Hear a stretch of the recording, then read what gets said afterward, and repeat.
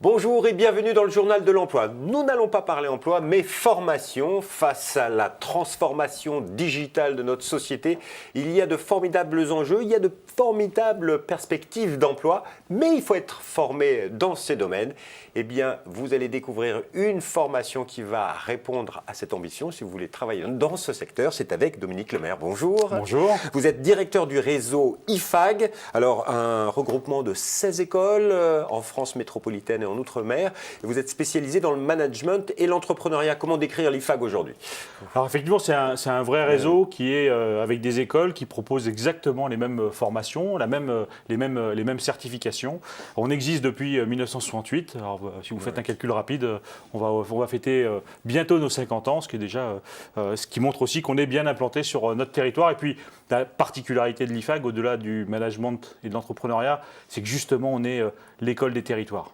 Donc vraiment implanté sur les territoires, vous travaillez avec les entreprises localement. En France, allez, vous êtes dans les grandes villes, quelles sont les villes où on peut vous trouver? Particularité, on est aussi bien dans les grandes villes que dans des villes moyennes. Grandes villes, Paris, Lyon, Toulouse, Bordeaux, Lille, Nantes. Moyennes, alors je vais essayer de ne pas me tromper parce que si je dois toutes les citer, mais bon, quelques exemples, Montluçon, Auxerre, Agen, voilà. Ouais, en tout cas, toutes sont sur le site www.ifag.com. Et La Réunion. Et La Réunion.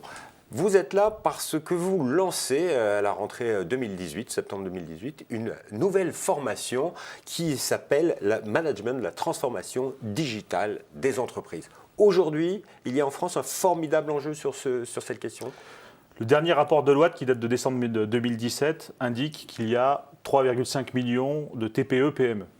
Et que sur ces 3,5 millions, seulement 11% d'entre elles sont équipées d'outils numériques. Ça nous laisse un champ extraordinaire et je crois que c'est même une nécessité économique qu'on puisse accompagner, que les entreprises passent ce cap de la digitalisation de leurs process parce que c'est des gains de productivité énormes à aller chercher.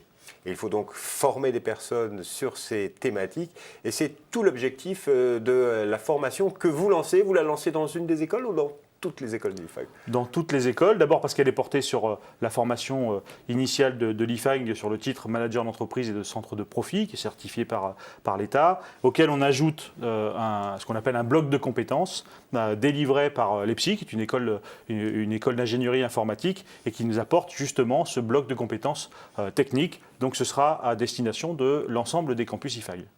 Donc ça, c'est pour la rentrée 2018. C'est une formation qui va durer combien de temps? C'est 1 an, 2 ans, 3 ans? On est sur 2 années. Alors ça s'adresse effectivement à des étudiants qui sont diplômés Bac+3. C'est important de le dire aussi, toute filière, parce que chacun peut avoir une approche différente d'ailleurs de la transformation digitale. Voilà, ils peuvent intégrer, quel que soit leur diplôme Bac+3, le programme manager de la transformation digitale en entreprise. Et derrière, il y a des vraies opportunités d'emploi dans ce secteur? Vous le pensez? C'est le pari que vous faites?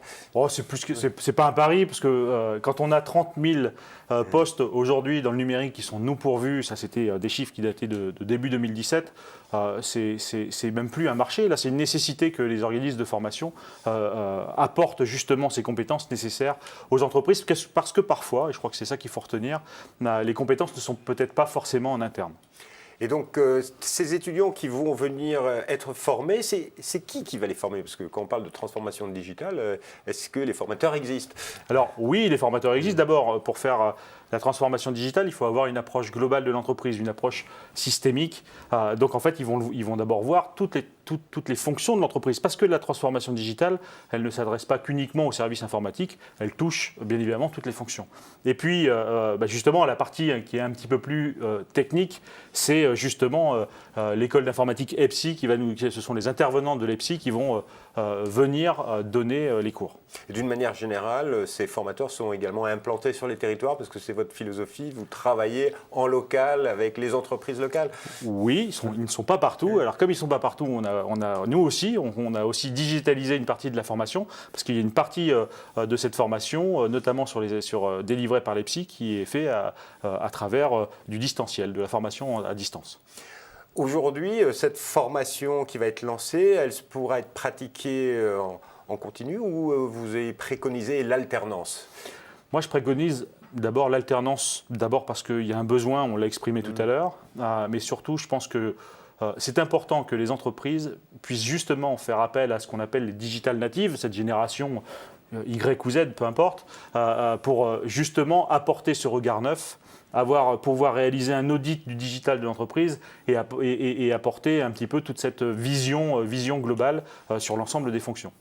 Alors aujourd'hui, s'il y a une entreprise qui cherche justement un étudiant pour réaliser sa transformation digitale, il pourra s'adresser à l'IFAG dès quel moment? Dès maintenant, s'il va sur le site de l'IFAG, il pourra choisir. On a à chaque fois dans chaque campus un responsable des relations entreprises qui se fera un plaisir de récupérer les besoins des entreprises.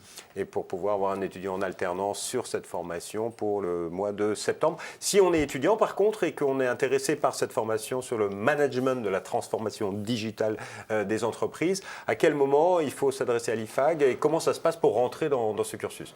On est en plein dans les concours, il y en a déjà un qui vient de passer. Là, de toute façon, du mois de février jusqu'au mois de juin-juillet, il y a toujours des concours sur l'ensemble de nos campus. Être diplômé Bac+3, ça c'est un minimum. Et puis effectivement, il y a quelques tests, c'est très classique. Un entretien collectif parce qu'on tient justement à cet esprit d'équipe. Et puis un entretien individuel avec quelques particularités, 5 minutes pour nous surprendre, par exemple, pour surprendre le jury. Voilà, c'est des particularités parce qu'on aime s'approcher de la personnalité de nos étudiants. Voilà, c'est le petit plus de l'IFAG, c'est ça? Il y en a d'autres, mais c'en est un, ça en fait partie. Alors, quels sont les autres petits plus de l'IFAG de manière générale? Moi, je crois qu'on est vraiment aussi sur cette notion de réseau. Preuve en est, d'ailleurs, puisqu'on parle de digitalisation, on réalise chaque année, en début de formation, pour l'ensemble de nos étudiants, des business games, mais pas uniquement des business games au sein du campus, mais à travers tout le réseau.